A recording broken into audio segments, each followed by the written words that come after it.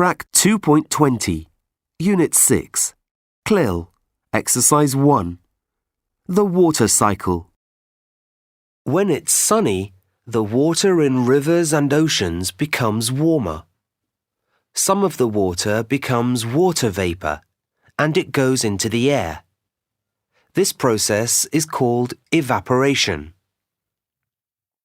Water from plants and trees also goes into the air. This process is called transpiration. When the water vapor travels higher, it becomes colder. The water vapor becomes water again, and this makes clouds. This process is called condensation. Wind moves the clouds over the land, and it starts to rain. When it's very cold, it snows.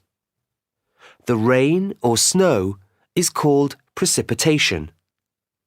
This water goes into rivers and oceans, and then the water cycle starts again.